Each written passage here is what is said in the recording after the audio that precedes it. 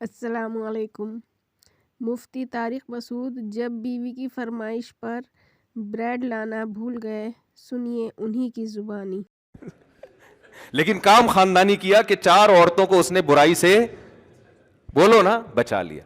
اب ان پہ جتنا خرچ کرے گا، نبی نے فرمایا سب سے بہترین صدقہ وہ ہے جو تم اپنی بیوی کو کھلاتے ہو، بچوں کو کھلائے گا۔ تو یہ جائے بھلے 10 ٹینشنوں میں ہو یار۔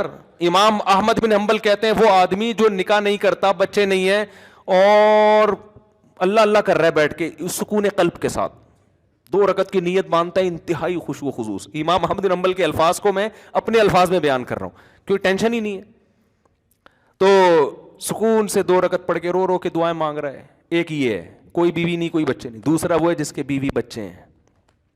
اب وہ 2 رکعت کی نیت باندھتا ہے، گھنٹی بجنا شروع،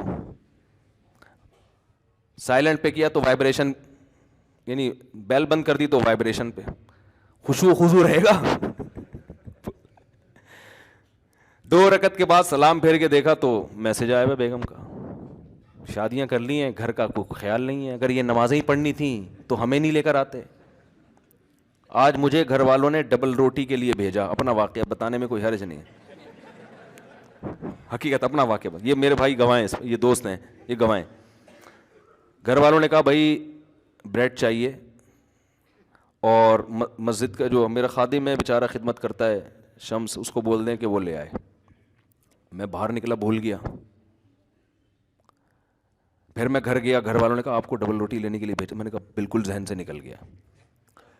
اب میں گیا تو دیکھا شمس بھائی جمعہ نہانے کے لیے گھسے ہوئے ہیں، اب میں بیٹھا رہا ہوں کرسی باہر ڈال کے، تو یہ تو ٹھیک نہیں ہے نا کہ جب نکلیں گے تو میں بولوں گا۔ میں نے کہا چلو جب نکل آئے گا تو بول دوں گا، جب نکلے تو میں اتنی دیر ہو گئی بھول گیا میں، ایسے ہی پھر میں باتوں باتوں میں گھر چلا گیا۔ یہ خشوع و خضوع بتا رہا ہوں آپ کو، ایسا آدمی کیا خشوع و خضوع سے نماز پڑھے گا بھائی؟ اس کنڈیشن میں خشوع و خضوع سے نماز پڑھ کے دکھاؤ، پھر وہ میں مانوں گا یہ خشوع و خضوع کی نماز ہے، سمجھ رہے ہو نا؟ دوبارہ جب میں گھر گیا، تیسری دفعہ ہو گیا اب یہ نا، گھر والوں نے کہا میں نے ناشتہ کرنا ہی نہیں ہے، چاہو ایسی کی تیسی۔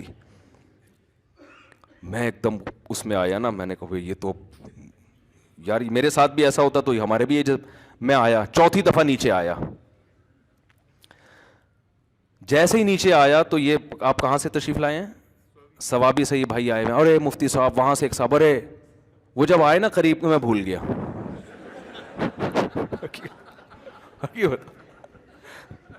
حقیقت بتا رہا ہوں، میں آیا اپنے دفتر میں بیٹھا، لیپ ٹاپ پہ کچھ کام تھا، اب میں سوچ بھی رہا ہوں یار ہوا کیا ہے میرے ساتھ، یہاں تک کہ 1 بجا ہے، اور جب میں نے فون دیکھا تو گھر والوں کا فون آ رہا تھا۔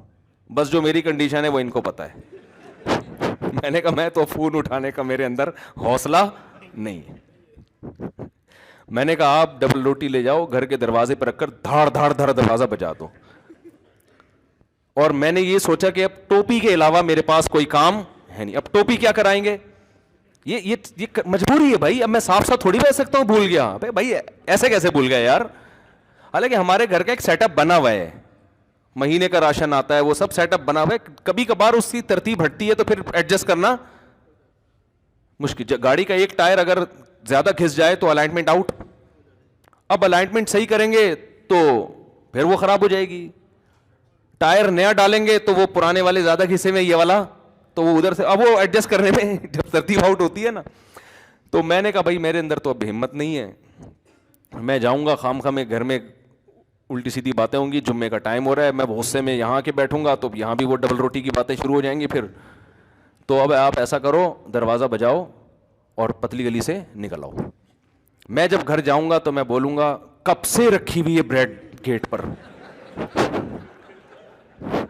یہی میرا، اس میں جھوٹ نہیں ہے، کب سے رکھی ہوئی ہے مجھے خود نہیں پتا، کب سے رکھی ہوئی ہے ایگزیکٹ ٹائم تو معلوم نہیں ہے نا، وہ بندہ دروازہ بجا رہا ہے یار، کب سے رکھی ہوئی ہے۔ تو یہ میرے ذہن میں پروگرام تھا کہ بھائی ٹوپی بندے پہ ڈال دو، تو آخر یعنی اگر اس میں ناکام ہو گیا تو کہیں گے اس نے، یہی چلتا ہے گھر اسی طرح چلتا ہے، ایسا نہیں ہوتا کہ میں بھول گیا تو میں پھر بھول گیا تو میں پھر بھول گیا تو پھر بھول گیا۔ تو خیر جلدی سے بات ختم کرتا ہوں، تو بس 2 رکعت امام احمد بن حنبل فرماتے ہیں کہ جس کے بال بچے ہوں وہ ان کی فکر میں ہو, ان کو کھلانے پلانے کی فکر میں ہو, ان کے ذمہ داری پوری کرنے کی فکر میں ہو, تو وہ اس کی 2 رکعت اللہ اس پہ ثواب اس کو زیادہ دے. تو کیونکہ وہ نیچر پہ چل رہا ہے نا, پادری پن تھوڑی ہے کہ جنگلوں میں نکل جاؤ بس اللہ اللہ کرو بیٹھ کے.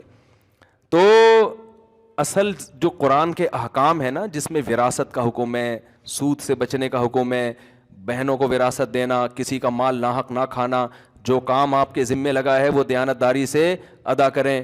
تو یہ کام مسلمان پہلے چونکہ کر رہا تھا تو ترقی کر رہا تھا, اب یہ کام مسلمان نے چھوڑ دیے ہیں.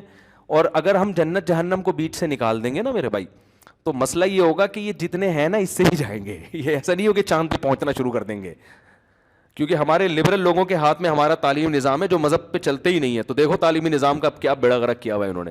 اللہ تعالی ہمیں سمجھنے کی عمل کی توفیق عطا فرمائے. وما علینا